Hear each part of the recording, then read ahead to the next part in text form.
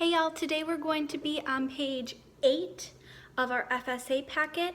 Actually everything we're doing is review, but a lot of this stuff is stuff that I think you already know. So what I'm going to have you do is pause the video now and give this page a try and then use my video to go over it. So I know when you think of the teacher-student relationship, you think a lot about the students learning from the teacher, which is true, but I wanted to tell you about how I've learned from you guys as well. I have one student in particular, a lot of students do this, but there's one student in particular who stands out to me, who I'm not going to call out because I don't want to embarrass you, but I have one student who always takes responsibility for their actions. If they make a mistake, they'll come to me after class and they'll say, I'm really sorry. You know, I didn't mean to act this way. I didn't mean to have this attitude. I didn't mean to do this thing. And they take ownership and they take responsibility and they apologize. And a lot of you are really good at doing this. And that's something that I'm not very good at. And so I realized just yesterday, I was in a bad mood and I had texted a friend something that came across as really mean, and I just felt really bad about it all day. And at the end of the day, I thought about it and I thought about you guys and how you guys are so good at taking responsibility and apologizing when you make mistakes that I actually texted that friend again and I said, hey, I'm really sorry about what I said to you earlier. It wasn't nice of me and I was in a bad mood and you didn't deserve that and I'm really sorry. And it felt good, you know, one, apologizing because I had done a thing that was mean, and two, I felt good because that was something that I learned from you. That was the thing that you taught me. And so I am a better person because I got to know you this year, and that is really special. Okay, cool. So we're gonna go over these things. We're gonna start with some vocabulary. Question 1 asks for terms, coefficients, constants, and operations. Your terms are any monomials that are separated by operations. So 2x squared is a monomial. 2x squared. Comma, 5x is a monomial. 5x. Comma, -3 is a monomial. -3. So you have 3 terms in this expression, which makes it a trinomial, because tri means 3, so 3 terms, trinomial. Coefficients are the numbers that come before variables. So this 2 comes before a variable, and this 5 comes before a variable. A constant is a number that does not have a variable with it. So in this case, our -3 doesn't have a variable, so our constant is -3. And operations are what separates our terms. So I see a plus right here, and I see a minus right here. So our operations are addition and subtraction.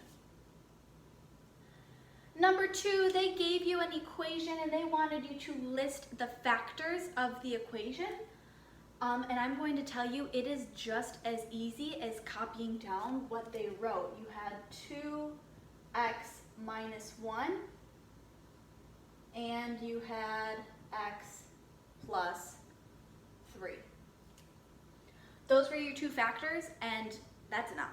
Number 3 is our graph. I'm going to show you that one on my computer. So our x-intercepts are where this graph crosses the x-axis. So it crosses the x-axis right here at -1, or if this was a coordinate, it would be -1, 0, and right here at +5, or if this was a coordinate, it would be +5, 0. Your vertex, or your maximum or minimum, in this case we have a minimum because it's the lowest point of the graph. Our graph is opening up, and this lowest point is 2, -9, right here is our minimum. So as you saw on my computer, my x-intercepts were the points -1, 0, and 5, 0. And this graph had a minimum, and this minimum was 2, -9. moving on to number 4, we are going to factor to solve. When you see the word solve, you're going to go all the way down to x equals. So the first thing I'm going to do is find my constant. What you're going to do is find a factor pair that multiplies up to the constant and adds up to the middle number. So our constant is -5. Well, in order to multiply to 5, the only factors are 5 times 1. And we want to multiply up to a -5, so one of these has to be negative. Now, since we have a -4 in the middle, we're going to make the bigger number negative. So our factors end up being x minus 5 and x plus 1. And this is factored form. If your problem just said factor, you would stop here. But it says to solve for the x-intercept, so you're going all the way to x equals. So we're going to say equals 0.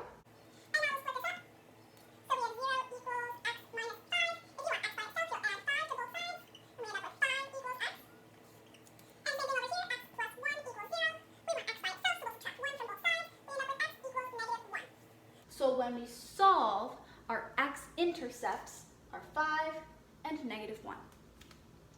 Now number 5 says to complete the square. So the first thing I'm going to do is leave space. X squared minus 4x, leave space, minus 5.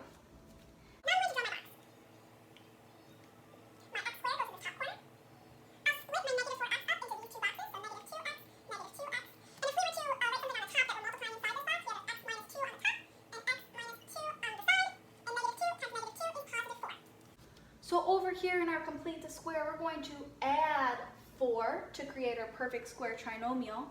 And we're also going to subtract 4 because you can't just randomly go adding things in willy-nilly. If you add something in, you also have to subtract that thing back out. So now this part is our perfect square trinomial, and it is equivalent to x minus 2 squared. And I got x minus 2 from my box here. Look, x minus 2 times x minus 2. And on the outside, I have -9. And this question is asking you to find the vertex.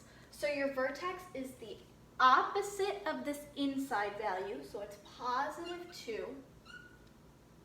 And whatever you have on the outside, so -9. Our vertex is 2, -9. Number 6. Jonathan kicks a kickball into the air. The height of the ball in feet can be determined using the equation h of t equals 32t minus 16t squared. That's the height. Where t is time in seconds. To determine how long the ball is in the air, he would need to calculate what? So the question is asking how long is the ball in the air? And this equation is set up. This h of t is kind of the same thing as saying f of x, where our t is our x value, or our time is our x value, time. And our height is our y value. This makes sense logistically as well. If you kick a ball, it's going to look something like this, which also happens to be what this equation looks like. And if you're looking for how long the time is in the air, you need to figure out what the time was when it started and what the time was when it hit the ground. So you would need to find this part here and this part here. So you need to find your x-intercepts, which is actually what part B is asking us to do. It says which step is a step in finding the solution to the equation. Well, your x-intercepts are where your y value is 0. So you would end up with 0 equals 32t minus 16t squared. But this is not any of your options. But I do see one of your options says 0 equals instead of saying h of t. So what I'm going to do is see if I can make an equivalent statement. It looks like what we did was pulled out a GCF of 16. So 0 equals 16 times. When you pull out a GCF, you divide both sides by that number. Oh, I'm sorry, we pull out a GCF of 16t. So we're going to divide both parts by 16t. So 32t divided by 16t, our t's cancel out, and 32 divided by 16 is 2, minus 16t squared divided by 16t. Well, one of our t's cancels out, and our 16's cancel out, so we end up with just t. And 0 equals 16t times 2 minus t is one of our options. It's our option B. Moving on to number 7, the expression x squared plus 3x plus 2 can also be written as x plus 1 times x plus 2. When written in the form x squared plus 3x plus 2, there are how many terms? Well, terms are parts that are separated by operations, and I see 1, 2, 3 terms. And 3 is a. Well, if we're in this equation, I see the number 3, and this 3 is attached to a variable, so 3 is a coefficient.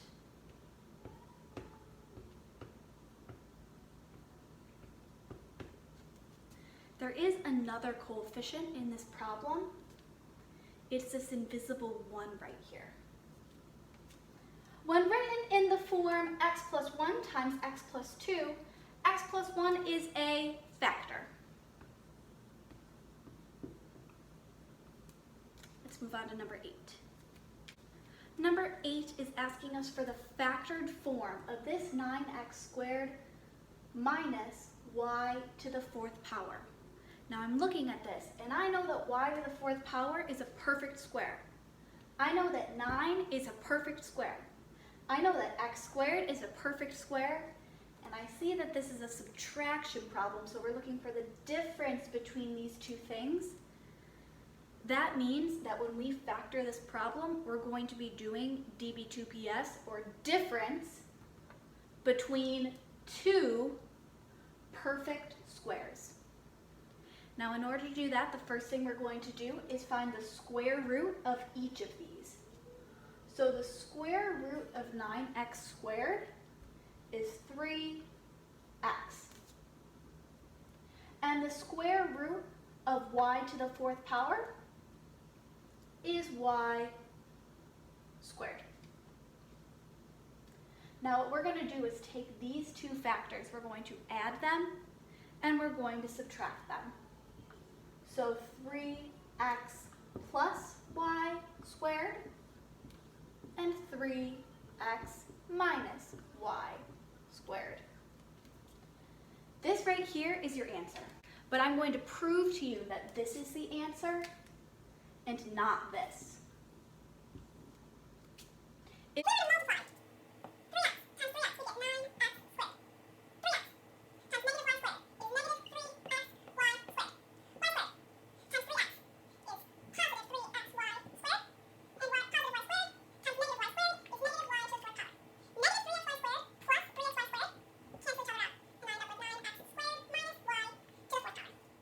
Just a couple other things I wanted to mention. I know that we skipped page 7. I did that on purpose because really all you needed to get from that is that a line is all of the solutions to an equation, like any input you put in is the output you get out, and the solution to a system of equations is when the two lines cross. And I just summed up page 7 is 20 seconds, so we didn't need to do a whole lesson on it. And also, I did a poll last week about if you would prefer to do quizzes or Flipgrid, and the majority of you said that you would prefer quizzes, so your next assignment is going to be a quizzes assignment. There will not be any Flipgrids this week. That is all that I have for you today. Have a good day. Go ahead and do your quizzes assignment.